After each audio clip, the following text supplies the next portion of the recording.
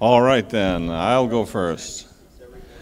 I'm Tracy Hickman, and I've written a lot of books. You're supposed to say, "Hi, Tracy." Hi, Tracy. Kind of like a meeting, yes. It's been 12 days since my last book. It's been 12 days since my last book. Good, yeah. No, my latest book, actually, one of my latest books here is Lincoln's Wizard, which is down in the booth. And I've also brought some of my board games, my storytelling board games, as the few that would fit in my suitcase. So if you're interested in, you probably should see me. Why, and Tracy? I made this sign here. We are Tracy so Hickman high will budget. write bestseller for food contest. So if you will text TRH to this number, 36975, you'll enter my contest and I will award you a valuable prize. We think. Used bubble gum. It is not used bubblegum, it is a valuable prize. But anyway, yes, I have, I believe at this point, 64 books in print. Good grief. I've been writing professionally for over 30 years, and let's see, New York Times bestseller list 13 times and published in most languages worldwide. That's me. Why, Tracy, do you happen to know what booth number we can find your wonderful games and books at? From what I understand, there's like 4 of them, but I'm going to go with 819. We have a winner. Thank you. I'm sorry, that was it. Okay. All right. Hey, I'm the inverse here of Tracy because I'm kind of new to the author world, but I've been in the animation world for a long time. I worked as an animator for Jimmy Neutron for many years, and also I was the layout department head for the TV series, and worked on a television show called Olive the Other Reindeer, also as a character animator. So that started the career there, and then I worked on a film called The Ant Bully. I don't know if you're familiar with that one, and then let's see, another straight-to-DVD series called Jingaroo, and then the pitch pilot for a show called The Barnyard. Anyone? Yeah? Okay. All right. Very good.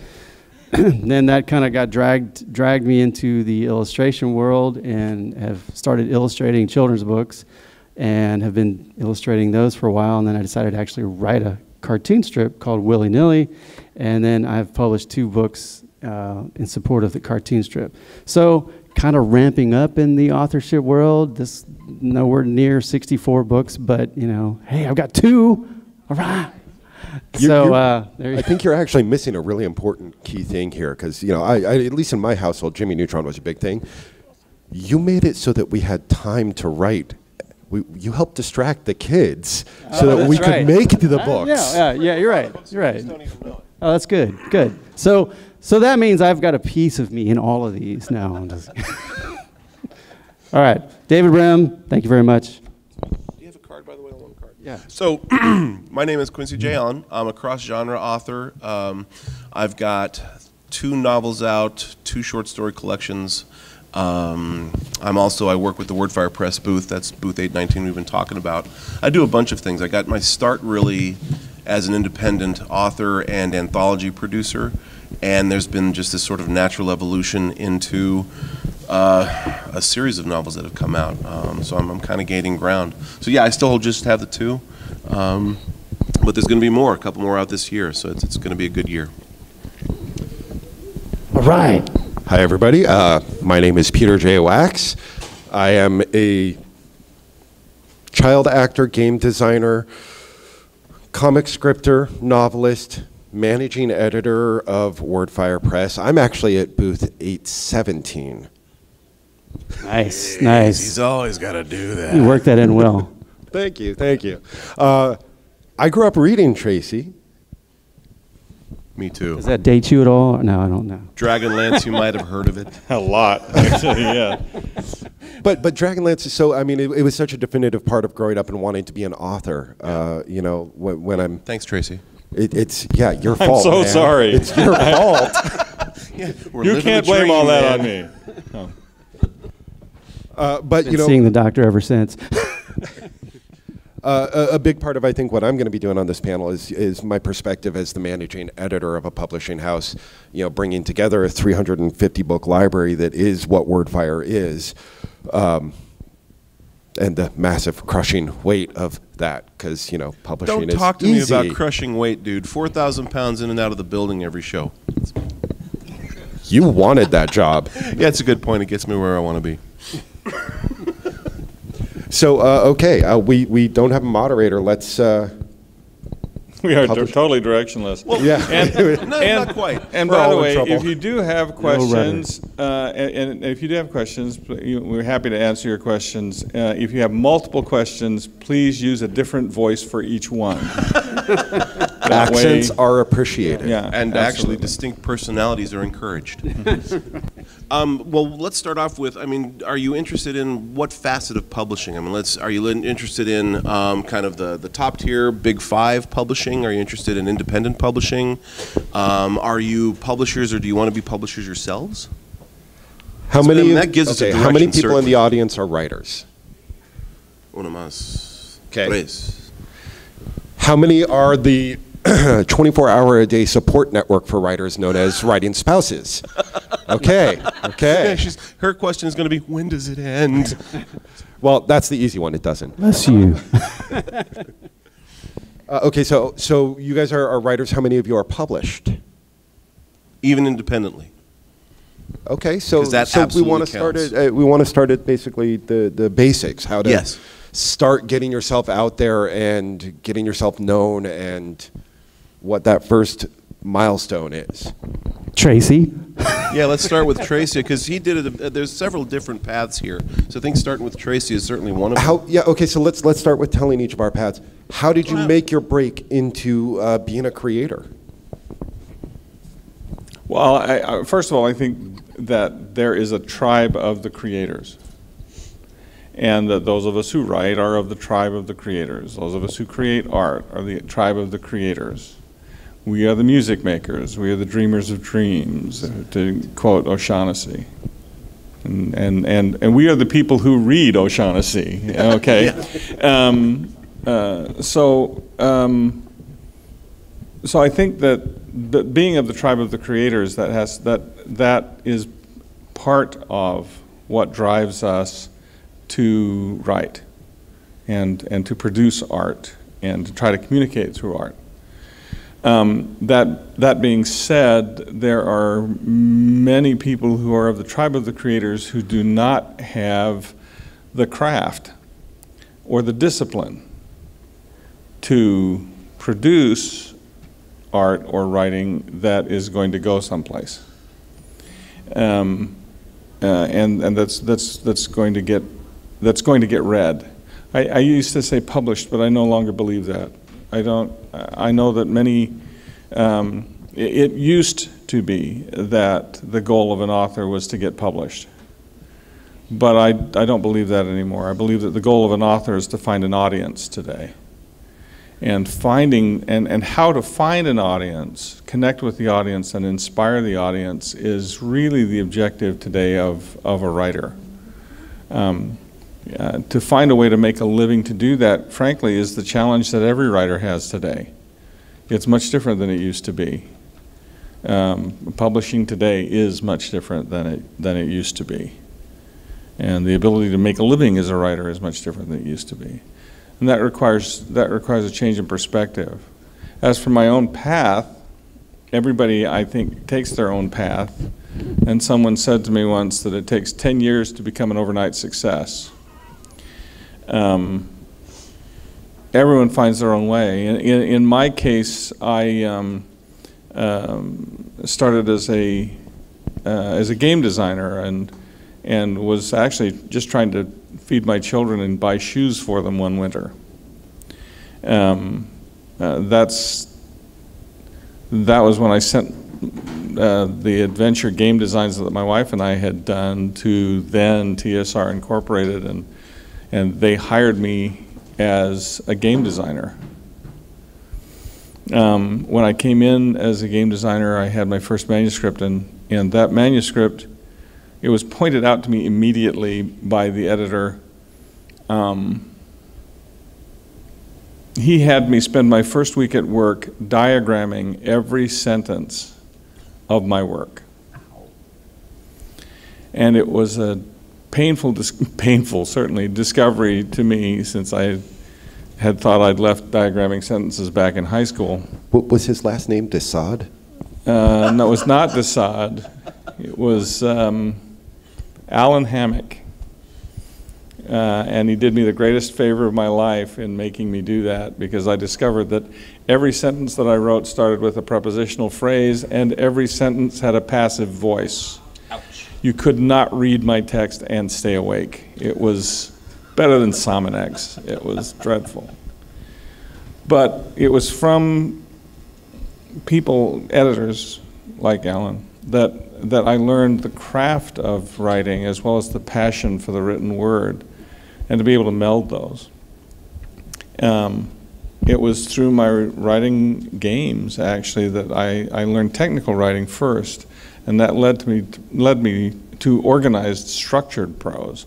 And after that, that led to the first of the Dragonlance novels, which came about. The interesting thing is that TSR Incorporated had hired a different author to write them originally. Margaret and I were supposed to just be the editors and story creators. And the stuff that was coming in from this author just wasn't what we wanted. I mean, it just didn't understand the story of the characters the way we did.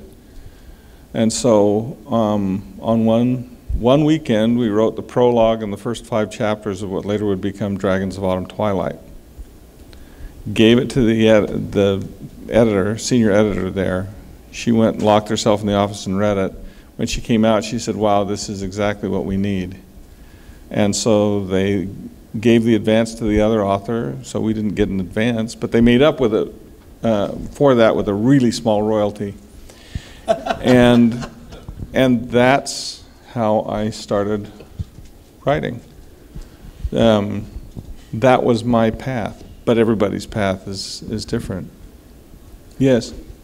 You say that the most important thing in the beginning is to find your audience, but you also say the publishing world has changed now. How would you recommend someone find their audience?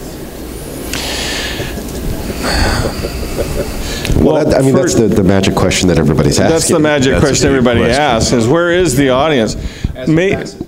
Social media is a facet of that, certainly. Conventions like this, where you have a unique gathering of people who are predisposed to the type of writing that you do. I mean, seriously, if you want to write Edwardian romances, then you would probably be going to Jane Austen conventions. If you're going to write science fiction fantasy or superhero fantasy, yeah, you come here. Or you go to New York Comic Con or Salt Lake Comic Con or San Diego Comic Con, where like-minded people are. And the advice that I give to new authors is I've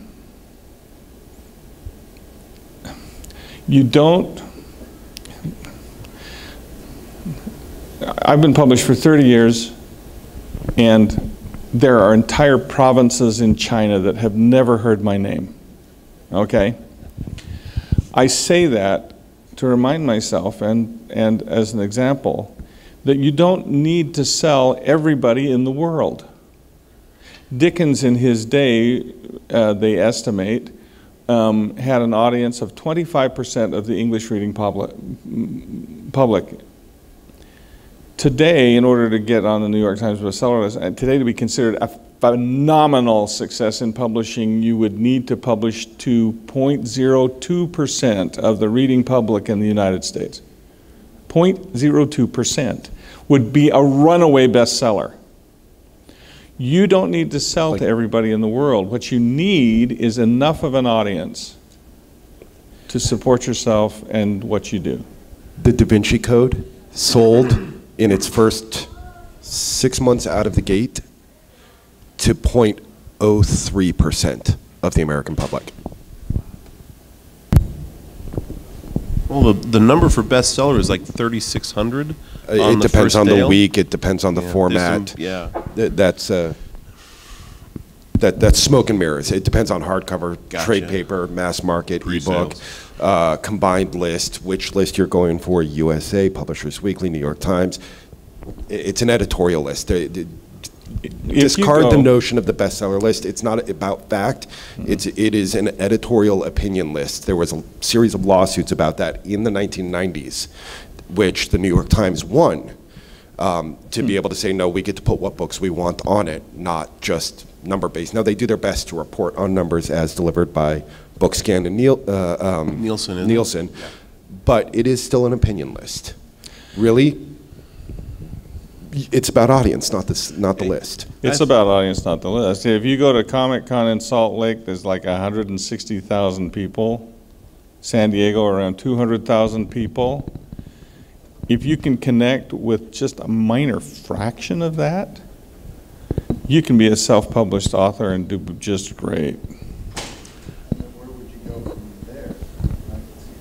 How would you connect with the group? I don't think you go anywhere from there. I think they come to you at that You point. keep building. So Yeah. I think kind of the short answer for what you're looking for is, are you a business owner at all? Yeah. I do several different styles. I guess what I'm hearing first of all is I need to define what style to go with one in one direction. In some respect, yes. I mean, you need to define, I mean, you think of this as creating a business, and so you need a brand, you need a product, and then once you have those two, you start presenting that to your target market. I mean, it really breaks down to that. I mean, it makes it kind of mercenary, but that's really what we're talking about. There are two books that I would recommend reading, and then we can move on to David telling how he became a creator. Write these down. Discoverability by Chris Catherine Rush, and The Naked Truth About Self-Publishing. It looks like it's about how to sell a romance. It's actually about how to build audience through any type of e-format, and it is one of the best books on being an indie author that I've ever read.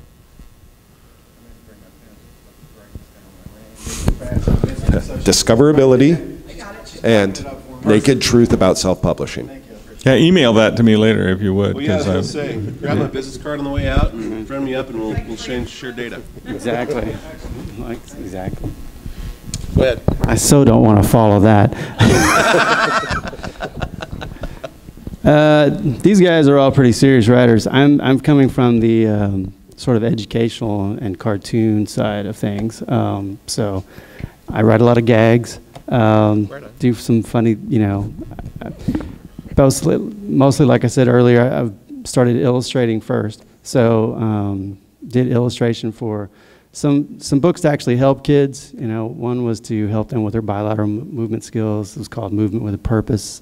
And then another one was like Get Rid of the Hurt, for kids who are grieving and things like that. So it started out doing the illustrations for all those. And then, like I said earlier, then I started writing my own. And actually, I have a production company / animation company now, and had it for about 7 years now. And so being a business owner, it puts you in a lot of different areas, and it puts me into a lot of script writing for a whole lot of videos and short films and things like that. So got several of those under my belt. Stop it! Just kidding. I know. That reminds me, hold on. So anyway, long story short, I've written a few books now in support of my willy-nilly comic strip. So that's kind of brought me full circle. So kind of written in a lot of different branches. And like I said, this followed my animation career, which is still continuing. So I'm up here doing a lot of different things. I think these guys are a little bit more focused on the writing. So like I said, it's kind of the inverse of Tracy over here because, I think I'm in part of several tribes at the moment. But this is my new favorite tribe, actually. It started out with doing, like I said, script writing, then blog writing. Next thing you know, I'm writing tutorials. Next thing you know, you start drawing cartoons for everything, and next thing you know, you're doing kids' books. So that's where I am now. You incorporate your illustrations into your books kind of in a Dr. Seuss-ish sort of way? Absolutely. Absolutely. Yeah. All right. Good deal. Yes, ma'am. What do you recommend is probably one of the best resources to vet publishers, whether they're indie publishers? Writer's market seems to be kind of like out of date by the time you get your hands on it, as far as who's accepting and what they're accepting. There's a great big book you can get, Fiction Writer's Market. It's released every year, and it has a list of publishers and agents per year, and it is going to be about 95 to 97%, roughly, I'm pulling that out of thin air, accurate. So it will list who's accepting, what they're accepting, how they want it, and then actually I would recommend that in conjunction with, there's a website, was it the Agents Market? The Writers Guild? No, it's not the Writers Guild. There's another one for agents, but that also, they have a website. They have a kind of a free interface and a monthly. If you can, I recommend the monthly. It's cheap. It's a pittance, but it's worth it. The Writers Guild, wj.org, also has a list of agents on it now. I think they just put that up. Well, you have to make a differentiation there. The Writers Guild does not represent literary properties. It represents screen and teleplay properties. So the agents that you're going to find there are under California jurisdiction and California law, aimed mainly at film, television, and VOD, view on demand, for scripts. So if that is the direction that you're trying to go, yes. And also, LA does it better than us, so it's good to get to know the WGA anyway, because they're the 800-pound gorilla, and all of New York and speculative fiction is the chimpanzee. I mean, you know, our professional organizations, they suit our needs perfectly, like the Science Fiction Writers of America, the Horror Writers of America, but they don't do the same things that the WGA does. That's true. I'm intentionally trying to steer you the wrong way, actually. That's my... I do Well, that. I mean, you're steering them towards the better resource, the higher Yeah, in level that regard, resource, yeah. for sure. Yeah, that's what I was doing. That's... Get that on camera. And if you can get in there, there's a good deal of money to be made there. His is the guild, Writers Guild, and then mine is the Fiction Writers Market, annually released. I would recommend spending the $5 a month to get a duotrope, because duotrope.com is a resource that you can just hop in, you can build your story out. So let's say you have a short story for sale. You hop in to your Duotrope account, you list your short story, you flag which genres it's for, you search for markets, and all of the writers that are part of Duotrope report back on the speed that, what is going on over there? You're not... Would you? That would be lovely. Thank And here you I thought so that was just in much. my head. Okay. We are indebted Well, to you. that's- all I'm right. So start y'all hear doing the that dome too? dance again. Oh, thank goodness. So Duotrope, all of the writers that are part of Duotrope report on how fast the publishers turn around their query and whether they purchase or not. So you get a percent purchase versus percent submitted and how fast they work, which is where the jokes about like Lightspeed magazine come around. Lightspeed, I think their worst turnaround ever was 3 days, and there are jokes out there that Lightspeed will actually send you your rejection letter about 5 minutes before you submit. Yeah. Clark's World too. Actually, grab my card. I have a list of author resources on my page, and Duotrope's there, Rollin. There's a couple of something Grinder. I forget what it's called. Anyway, those links are there, and actually for Duotrope and those, it's primarily for short fiction. Which actually, if you want to get into it, that's how I did it, right? I started with writing short fiction and doing anthologies because I read one and said, I can do that. And started with the short fiction, and you build up a library that, for me, I turned into a short story collection that's on the table right now. I mean, and I'd be happy to talk to you, later on, and we can go into some detail. But the links you're looking for are there. And it is, you think of it as like throwing a pebble off the edge of a mountain that turns into an avalanche. And you really premeditatively throw specific pebbles for a specific effect. But you want to plan 5 years out, 10 years out, right? That's, in a lot of ways, I'm still working that plan. So, David, I actually have a question for you. What got you started with Jimmy Neutron? Oh, well, I was just drawing since I was a kid. So, and I went to school at the Art Institute of Dallas and also University of North Texas, and I was focused on music and art. And so it's just, I've been, as a matter of fact, but the thing that probably is most notable these days is the fact I'm married to the lovely Stephanie Young, which is... Yeah. And all right. And we actually write music together too. So speaking of royalties, we were both excited earlier because we looked at our BMI royalty payment came in. We were like, "Yay! All right, it's $80." That's about right. Woohoo! Just kidding, BMI. We love you. So bad. I know. Can't take. All right. See. You got to network more. Right. I need those business cards. I forgot the question now. What was the question? Oh, how'd you get into Jimmy Neutron? Oh yeah, just writing, drawing, and then I begged and pleaded my way into a company called DNA Productions, and they were fortunate enough to actually hire. I mean, I was fortunate enough that they would hire me, and it was great. We kind of got started into All of the Other Reindeer, which was a holiday special. Anyone? Crickets. All of the other reindeer. Chirp, chirp. There you go. Chirp. Yeah. See, That's my favorite. That's why Tracy's here helping out all the time. And then, exactly. You're awesome. Thank you. And then the Jimmy Neutron film started, and then the TV series followed right after that, and then the Ant Bully movie followed after that. Were you hand penciling or? I started in 2D. Actually, I lived in England for a year and actually did some subcontract work for the BBC doing a little bit of 2D animation there. But then, this was, you're talking about the late 90s, so Toy Story was, huge, and the world was turning to 3D animation.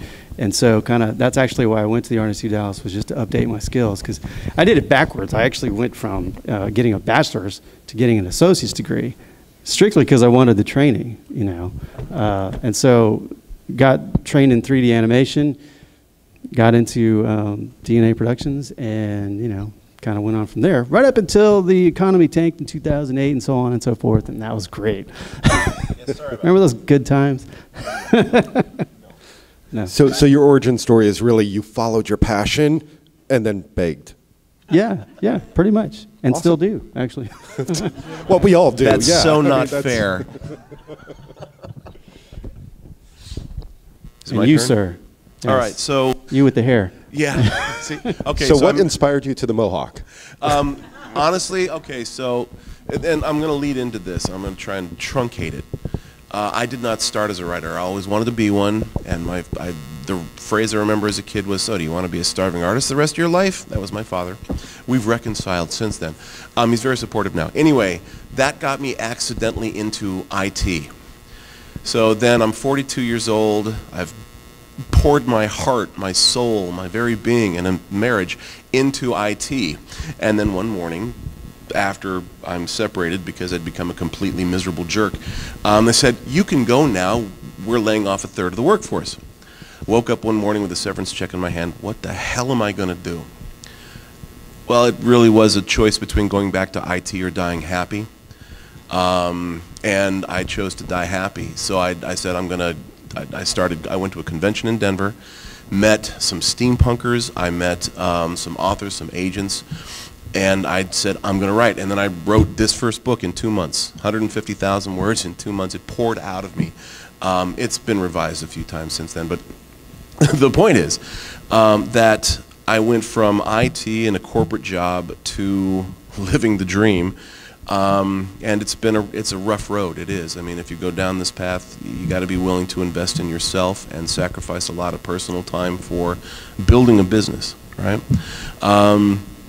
I have now produced, like I said, 2 books, a series of anthologies. I started with short fiction. I mean, what you guys are looking to do is really, that's kind of the path I took. And they're right. All paths are different. They really are. I am hoping to, either this year or next, get picked up by one of the bigger publishers, maybe Rock, maybe Ace, maybe Tor. So I'm always looking for the different platforms to submit to, because for my business model, and this has really all been about creating a business platform. I mean, and that gets back to the Mohawk. I needed something at the age of 43 years old that was going to separate me from a lot of, I mean, the folks at the tables. This has paid off because there's shows across the country. Yeah, go find the big guy with the Mohawk, right? It was premeditated. Now, okay, this is also my personal middle finger to corporate America, and I also happen to have a skull that can pull it off. But I love it, and people remember it. If you look at the books, come take a look at when we're done. The backs of these books, there's a glowing mohawk on it. My business cards have the mohawk. My website, my banners, everything. Yeah, see? Oh, wait, that one doesn't. That's the word part. That one does. Oh, yeah. There you go. So it really, and that's why when we're talking business, it's about branding, right? You want to have something that's hopefully going to separate you from, there's a lot of writers out there, and they're mostly all great people. I mean, you were talking about tribe. I consider myself very fortunate to have the circles of friends and associates that I do, because writers are just wonderful people, almost invariably. I've been very lucky. They're a lot nicer than most of the corporate people I was involved with. Not all, but mostly. Excellent. He drank the Kool-Aid. Yes, well, they had cookies, so I came on over. And what it's really been now, starting with the short stories, and one thing I recommend is create your business plan now. Have a 6-month, a 12, an 18-month, and a 5-year plan, and even a 10-year plan. The short stories I wrote in those first 2 years, like I said, are sitting on the table. I hope to be selling that book 10 years from now. I hope to sell that book if I get picked up by Ann Saunders at Rock, at Superstars. What you really want to do is be really kind of mercenary about your writing craft, right? Is you try and put these little pieces into place that are going to pay off down the road in one form or another. You know, we were talking about the notion of the pebbles going off the rock, right? Well, the short story that when I met at that first convention that I went to, there was a steampunk troupe. It's the local Colorado steampunks, right? I did some writing for them for a little radio show that they were putting together. Well, that gave me the idea for a character, a clockwork gunslinger named Jake Lassiter. I then wrote Jake Lassiter as one of the short stories in the first Penny Dread Tales anthology that I produced. Then Kevin asked me to do a Penny Dread Tales thing. Jake Lassiter went into this. This is the Jake Lassiter novel, right? So what you do is you try and plan together these little pieces that you can build on if you're going to have a career over the next 10 years of your life, because they will create dividends for your retirement, frankly. And that's really how I came into this, was very premeditatively trying to create a career as a writer with bits and pieces that were going to get me kind of up the ladder as quickly as possible and get me closer to retirement than I am today. So yeah, it really was just very premeditated. Yeah. So you published the anthologies before the novel? Correct. And none of those short stories had been previously published? None. Well, and I actually became a publisher in my own right, in that there was 5 years, I have actually 4 years. Penny Dread Tales volumes 1 through 4, I sent, and I used Duotrope. I put out a call for submissions, and I got submissions from all over the world, literally. I think it's 15 different countries represented. US, Canada, New Zealand, Australia, Great Britain, Peru, China, Czech Republic, a bunch of others. United Arab Emirates is in there. And these writers sent it to me. I edited them and then produced the anthologies, well, you know, 1 year at a time. And even that has, because now hopefully this will take off, which means that those previous 4 volumes, somebody will say, I liked this, what else has come out on Penny Dread Tales? Then they can go back and find those books, which are actually, those are still under my name. So it's these little things, and then if I actually get placed with Rock, then I'm hoping that that will drive people to this and Wordfire books, and then that will drive people to my books. So it's really how you look at this, is creating a business enterprise and what you can do. And all the things you do in any business, you do in this. It's just your product is your own words. That's it. And now I'll pass it on to Peter. Wow, such amazing stories of following passion and Money. and following, you know, like building the construct and what the business model is going to be. I totally got into writing for the fast motorcycles, the easy women, and the kicked back lifestyle. Yeah, how'd that work out for you? Oops. There's always tomorrow. I'm the only one with a motorcycle, by the way. I had a motorcycle. I had mine Please. before I wrote. I'm obviously doing it wrong. You are. I mean, We're going to get you a Harley, man. We're going to hook you up. Other chaps. Anyway. You know, I personally knew that I wanted to be a writer when I was 6 years old. That was when I told my mom I was going to start telling the bedtime stories, and she said, "Which book do you want to read?" And I said, "No, I'm going to make them up."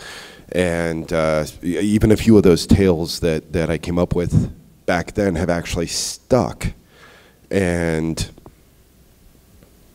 yeah, been published as an adult, as crazy as that is.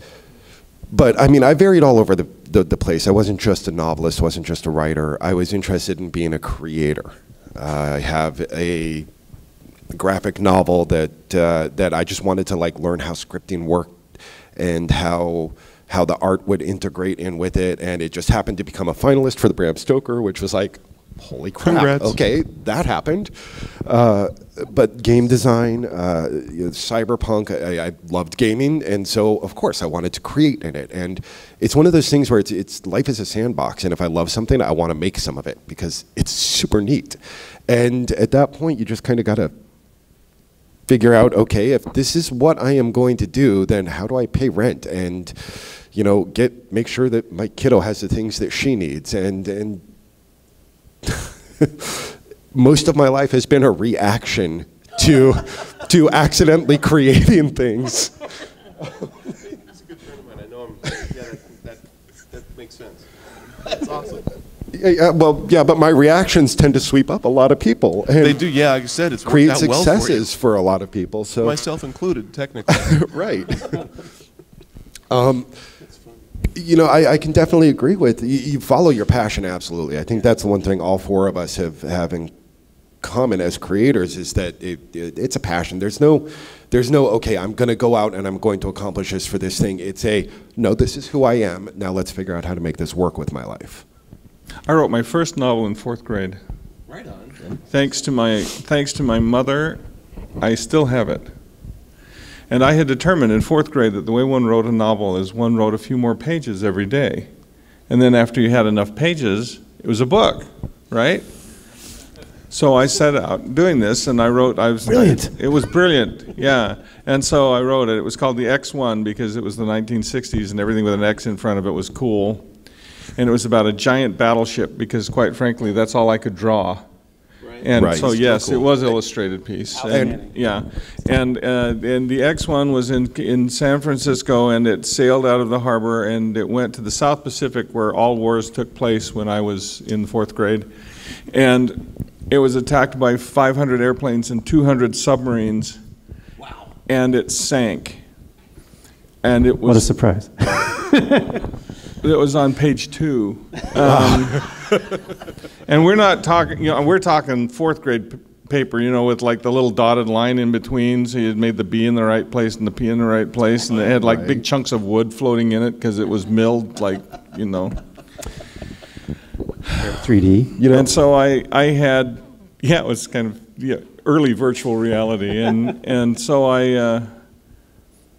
I was stuck. I had my first writer's block in 4th grade and decided, okay, so I tried again to pick it up.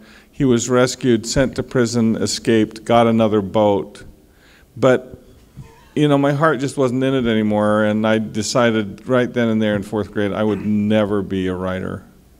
So how'd that work out for you? Well, Oops. time went by, and I learned not only to love the reading, but also to love the writing. I learned the craft of the writing. I learned structure. I learned language. I learned the tools. And How did you learn those tools? all of that was just by doing it again and again and again and again and again and again. So you're self-taught. Yeah. And so, and hammered on the anvil of many, many editors. By the way, love anybody who buys red ink by the gallon. A great editor will be the only person who knows how badly you write. If you publish without an editor, everyone will know. Yes. And the one piece Everyone. of advice that I would probably give you after I learned all of that, I finally learned that it came down to writing a few more pages every day. In that the one piece of advice that I do want to give you is that you have not yet written your best book. I have not yet written my best book. And I have to believe that when I sit down to the blank page every time. That everything, that it's okay that what I've written before wasn't as good, because I stand on that and write something better. You have not yet written your best book. In practical, how do you make the determination when to stop editing and it's finished? Because I know it can always be edited and always be edited, and you can end up editing. No, it can't always be edited. It can always be revised. I think that's the revision process. Did somebody else give you a deadline? That's one. Before you finally have to say, I have to let it go, I have to let it has to be done. There was literally an author in New York who, and the editor knew what their deadline was, would mark on the calendar a date. And when that date came around, the editor would get in the cab, ride down to the writer's apartment, go up, physically wrest the manuscript away from him, and that's what they would publish. Because if it were up to this author, they would never have a finished work. It was Wells who had it was H.G. Wells, right, who had the living books. Every time they got republished, Wells would say, no, hold on, I'm going to do some revisions first. So different publication versions are actually different from each other, because he would go back and do rewrites.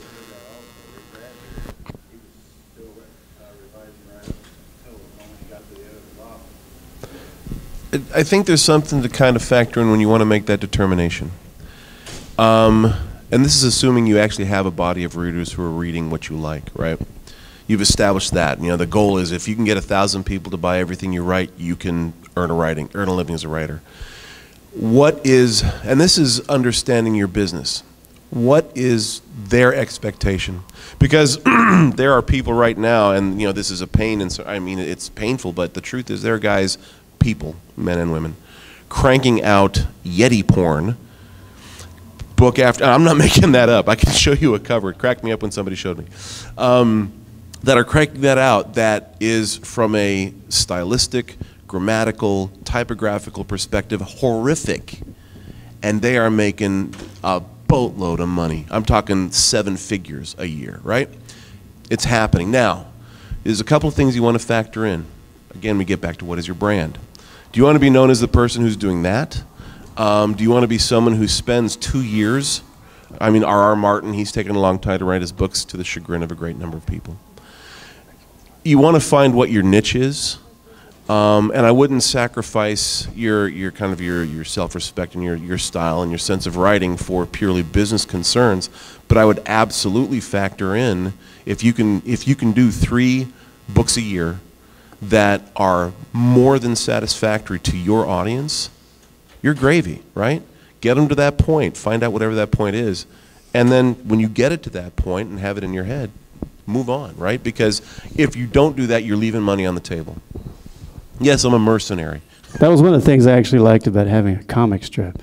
Having a syndicated comic strip, you have a deadline. You can't get, there's no way around it. And try this, try to be funny every day, and funny at a level that anybody else would find funny. Like, oh, that cracks me up, and you show it to somebody, it's like, I don't get it, So yeah, it can be painful every day, all the time. Excellent. That's actually, the deadline is the perfect transition into the finishing of my origin story. So we're going to wrap back around. So with my life being a reaction to being accidentally creative, what I ended up doing was forcing myself with the ultimate deadline. I printed 4,000 copies of my first book. I walked away from a New York deal, a New York contract. I had the dream, right? But they wanted me to change my plot structure. And back then, I was not smart enough to realize that when they want changes, you then accept every change so that you can make the project as different as possible and go back and just republish the original. And end up with 2 projects out of it. Amazing, right? I was not clever back then. Instead, I said, no, screw New York. We're not going to do that. We're going to do this my way. Oh. So I printed 4,000 copies of my book in one offset run, filled my spare room, quit my day job, and said, okay, I sell my books or I'm homeless. That's a bit draconian. Worked for me. Yes, I did. Yes, I did. This was in 2008. Create Space, Ingram Spark, those things did not exist back then. It was BookSurge with Amazon was the only viable print-on-demand model, which was ridiculous, super expensive, like $9 for a print-on-demand book. Which is why I had to do an offset run. I needed to get that cost down, but I did manage with 4,000 books to get the cost of something about this thick down to something exactly this thick, actually. This is the book republished and purchased. But I managed to get the cost with the offset run down to like $204 a book. And I was able to sell it for, back then, $13 for a trade paper. So I started hitting conventions, and I went to the mystery playhouses, since it's a time travel murder mystery, and was like, I'll give you a couple bucks off the cover if you allow me to sell before your show. And they said, sure, it's a dinner theater, a couple extra bucks. We have a set profit model. That'll bring in more money. Yes, let's do that. And then I was like, okay, this is cool. So then I befriended some coffee shop owners, and I was like, hey, if you put up a sign that you've got like a local author who's selling their own book, I'll sit here and buy coffee all day and give you a couple bucks off each cover. And they said, we'll feed your coffee addiction, go ahead and sell. And you're getting the point. I found all these places that you would not expect or think of as the normal model, and I said, great, I'm gonna reach out and I'm gonna find people that like my stuff, that are willing to spend a little money on it, that are willing to support this starving artist, whatever. And I sold all those books. That first year out of the gate, I sold all 4,000 and did a second run, and just kept pushing. Let me never throw gave one up. thing in here. This is the best biz dev guy I know. It's these ideas, and the risk taking was where he excels. Now that's the other thing, is when you go down that road, it's risk, right? But if you're willing to put in the elbow grease and the time, it can pay off. I mean, that's what you do really well. I have a secret construct that I use. I write the scene. In my head, I sit down and I say, okay, I need to accomplish this. I'm a writer. I build and construct universes for a living, ostensibly. Yeah. So I construct the reality in which that is going to be a success, and then I simply play out the scene. And if I play out something wrong, then I step back and I do rewrites. And I stop editing when I've sold all my books. But yeah, you know, I gave myself the ultimate deadline. And you've got to choose when your deadline is, but you've got to... We've got 5 minutes left, don't worry. Now that we've introduced ourselves, what are we talking about? You've got to push yourself. You've got to set your deadlines and your goals and your milestones. They can be business development. They can be creative goals. But you've got to move forward to the next project. Success or failure. It's okay to fail too. Dude, we all have lots of failures. You will. We're good at rejection. Writers are really good at rejection. Move on to the next project. Keep working the old one. Eventually, you're going to have like 50 bajillion old projects and the one that hits and makes it big. And one last thing on that, then somebody who, when you sell that one project, they're going to say, so do you have anything else? Oh, well, now that you mention it, yeah, I got a trunk full of it. So yeah, and even then, you're investing in your future. Literally a trunk full. That was what, Grisham?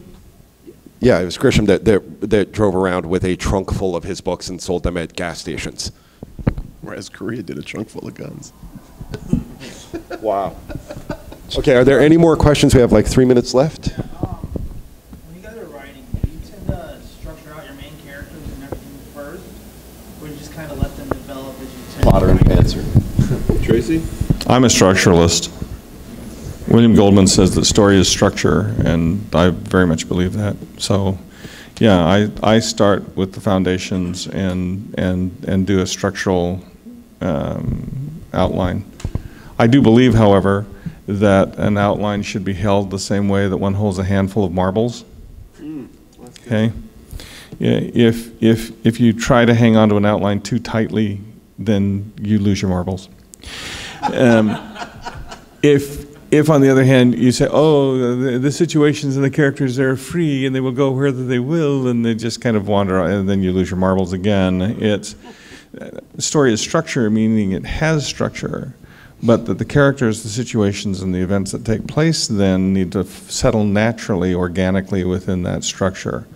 So I try to hang on to an outline that same way. I look at the overall structure of the story, the overall structure of the plot and the characters and where they're going. And I try to keep that all holistically in mind when I'm writing, but I don't try to force characters or dialogue or situations. I do let them play within that structure. And yeah, they will often surprise me, but it always makes it a much more natural evolution and always helps move the structure forward. So yeah, I'm a guy who likes to outline. I just hang on to it like that. I just heard you're supposed to create unique characters and put them in unusual situations. And that's just kind of the, And that carries across the different types of creation that you've done and worked with? Absolutely. It just always seems to work. I mean, how many movies have you seen? I mean, we call it the fish out of water sometimes, but it's that for a reason, So, unique characters, unusual situations, go. It's kind of like being a Greek god.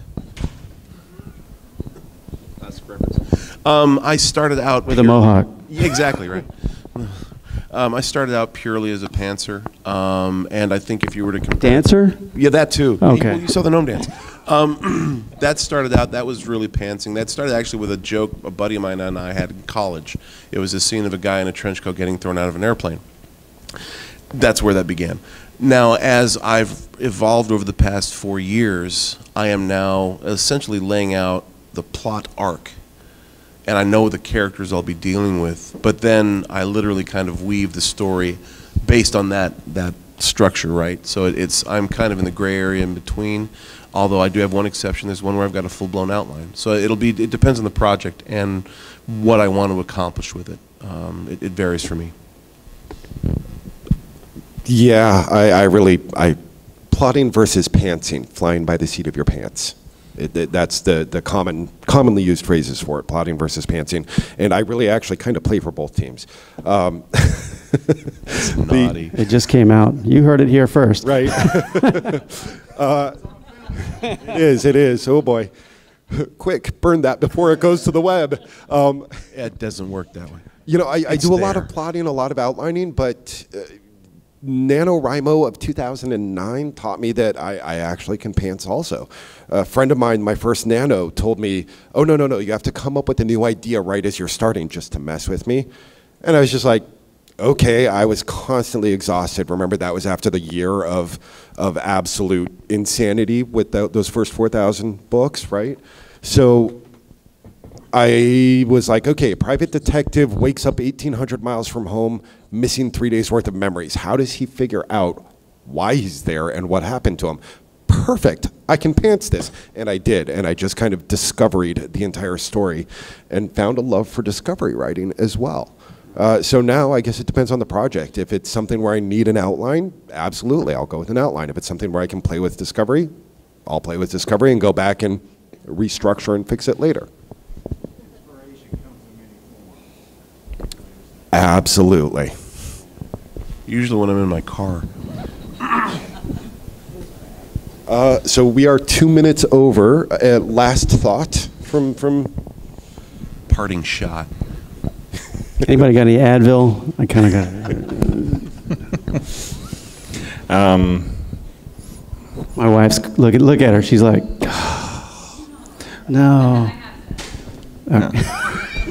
I actually have some in the booth. Honestly, if you do, I got some in the booth. David, do you have a booth number that I have you can everything give in the people? booth. I believe that's 819. Plug yourself, promote, website. We just got here. I don't know, actually. Would you like for me to promote you, David? Yes. My lovely wife, again, saves the day. Willy-nilly Roll Live. Yes. Here you go. His comic Willy-nilly Roll. I'm a huge fan of these adorable Armadillo brothers. There are Darmadillos. And we have a son, and I would have given anything. I said, I want the plushies, I want the wallpaper, and all this stuff. But of course, the writing comes first, right? So you should She's the business person. Yeah, obviously. No. And that was recorded. No. Yeah. He's laughing. Can you can you repeat that URL into the microphone so it does make it on the recording? willynillyworld.com. So there was a time when I actually owned willynilly.com. And here, this is a side note that goes back to the stories, our individual stories, which we really need to dwell on more. But I actually owned willynilly.com, and I have two characters, willy-nilly. Now, willy-nilly is a kind of a pretty common phrase, and I actually owned it for a long time. And there was a time when I didn't believe in myself, and I was going through a rough financial spot, and I remember when GoDaddy, they actually called me, and they said, are you letting this go? Do you really want to do that? Are you sure? Yeah. I mean, they actually called me. And I said, yeah, you know, things just aren't going well, and I just can't afford that, whatever it was, $18 a month or whatever the heck it was. And that was the stupidest thing I've ever done in my life. And I regret it to this day. Because now when I try to buy willynilly.com, it's like $18,000. So, which I may still do, but I don't know. Right on. But, you know, anyway. So believe in yourself, power to the people, go team. Tracy, we're...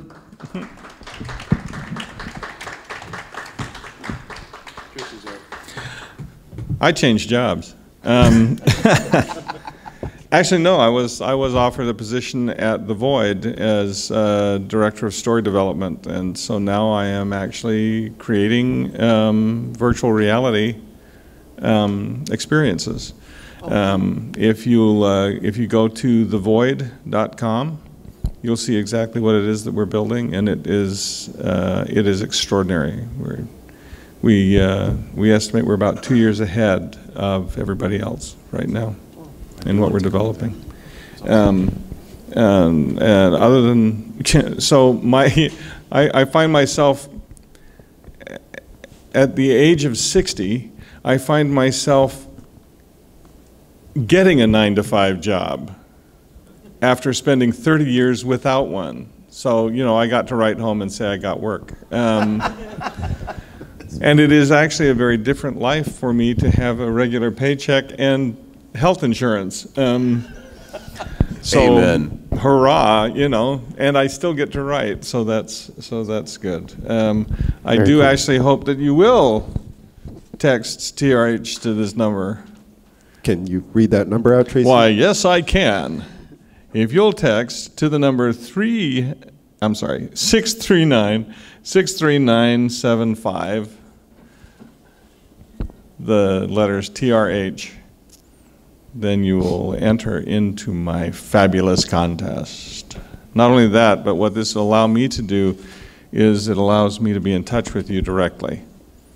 This, by the way, is not a bad thing for authors to do. Okay? So, anyway, that's what I'm up to. In fact, tomorrow morning at 11 in the morning, I believe, I'm giving a presentation on The Void and exactly what I'm doing now with my storytelling skills. And like I said, I did bring a couple of these games, so you should take a look at those when we're done. Okay, we're 6 minutes over. Quincy, Excellent. quick URL. I will go very quickly. You can find me, and I have my cards here, quincyjallen.com or quincyallen.com. They both work. Always consider when you're considering your writing and your publishing, think of it in terms of both short and long-term businesses. I have these novels out. You can come find us at the booth, 819. I have Advil. That's it. Go Please allow me to do this. I want to do this to the entire panel. Peter. Quincy. David. Tracy. Okay, wrap it up? Really quickly, you Back can find me cleanup. on Twitter at Peter J. Wacks, that's W-A-C-K-S, where I make fun of the world in 140 characters or less, constantly. And yeah, have fun. Remember, all of us followed passion. Follow your passion when you're writing. Yeah. Don't chase a market. Follow your passion. Be happy with what you write. The rest is just hard work. Yeah, duration. It's about going the distance. Thank you all for coming. Yeah, please. Thank you. Thank you. Oh, that's cool.